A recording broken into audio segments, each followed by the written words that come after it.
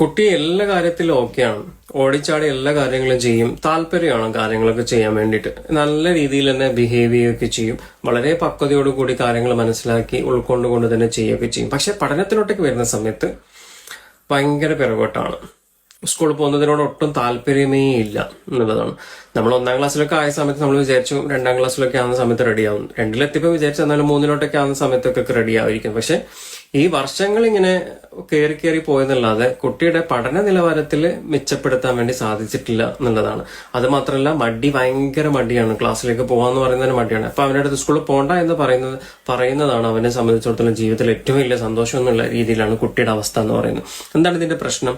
നമ്മൾ പലപ്പോഴും കുറെ കാര്യങ്ങൾ പറയുകയും മനസ്സിലാക്കി കൊടുക്കുകയൊക്കെ ചെയ്യും, ഉപദേശങ്ങളൊക്കെ കൊടുക്കും. പക്ഷെ കുറച്ച് കഴിയുമ്പോൾ നമ്മളും പ്രഷർ കൂടും, പിന്നെ അടിയായി പിടിയായി ബഹളങ്ങളായി കാര്യങ്ങളായി ആ ഒരു അവസ്ഥയിലൂടെ നമ്മളും പോകും, അല്ലെ? യഥാർത്ഥത്തിൽ ഈ കുട്ടി അനുഭവിക്കുന്ന ഒരു പ്രശ്നമുണ്ട്. ആ പ്രശ്നത്തിന് നമ്മൾ മനസ്സിലാക്കി അതിനുള്ള ഒരു സൊല്യൂഷൻ കൊടുത്തു കഴിഞ്ഞാൽ ഈ കുട്ടി അക്കാദമിക്കൽ പെർഫോമൻസിന്റെ ലെവലിൽ വളരെ നല്ല രീതിയിലേക്ക് കയറ്റി കൊണ്ടുവരാൻ വേണ്ടി സാധിക്കും, മെച്ചപ്പെടുത്തി കൊണ്ടുവരാൻ വേണ്ടി സാധിക്കും എന്നുള്ളതാണ്. പല കുട്ടികളെയും നമുക്ക് അസസ് ചെയ്യുന്ന സമയത്ത് മനസ്സിലാക്കാൻ വേണ്ടി പറ്റുന്നൊരു കാര്യം എന്ന് പറഞ്ഞാൽ ലാക്ക് ഓഫ് കോൺഫിഡൻസ് ആണ് അവർക്ക് മെയിൻ പ്രശ്നം. Lack of confidence in academic skills എന്നുള്ളത് അത് എന്തുകൊണ്ട് നഷ്ടപ്പെട്ടു പോയി? അവരുടെ കോൺഫിഡൻസ് എവിടെ പോയി പഠനത്തിന്റെ കാര്യത്തിലിട്ടേക്ക്? കാരണം ഈ കുട്ടിക്ക് ഒരുപക്ഷെ ബേസിക് ആയിട്ടുള്ള കാര്യങ്ങൾ മിസ് ചെയ്ത് പോയിട്ടുണ്ട്. ഒരു ഫൗണ്ടേഷൻ കറക്റ്റ് ആയിട്ടില്ല കുട്ടികൾക്ക്, അല്ലെ?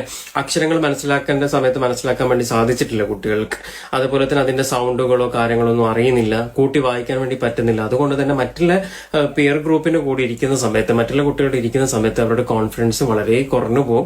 അതിന്റെ ഭാഗമായിട്ട് അവർക്ക് പഠനത്തെ വെറുക്കാൻ തുടങ്ങും, സ്കൂളിൽ പോകുന്നത് വെറുക്കാൻ തുടങ്ങും. പിന്നെ നമ്മൾ വീട്ടിൽ വന്ന് പഠിപ്പിക്കുന്ന സമയത്ത് നമ്മൾ A4 ആപ്പിൾ B4 ബനാന എന്നൊക്കെ പറഞ്ഞ് ഇങ്ങനെ 10 പ്രാവശ്യം പറഞ്ഞു കൊടുത്തിട്ടും കുട്ടിക്ക് മനസ്സിലാവുന്നില്ല എന്ന് കാണുമ്പോൾ നമ്മളുടെ ഉള്ളിലിരിക്കുന്ന മറ്റേ സാധനങ്ങൾ പുറത്തു വരും. പിന്നെ നമ്മൾ രണ്ടെണ്ണം പൊട്ടിക്കും, പ്രശ്നം ഉണ്ടാക്കുകയൊക്കെ ചെയ്യും. അത് കുട്ടിയിൽ എന്ത് ചെയ്യും? ആങ്സൈറ്റി ഡെവലപ്പ് ചെയ്യാൻ തുടങ്ങും.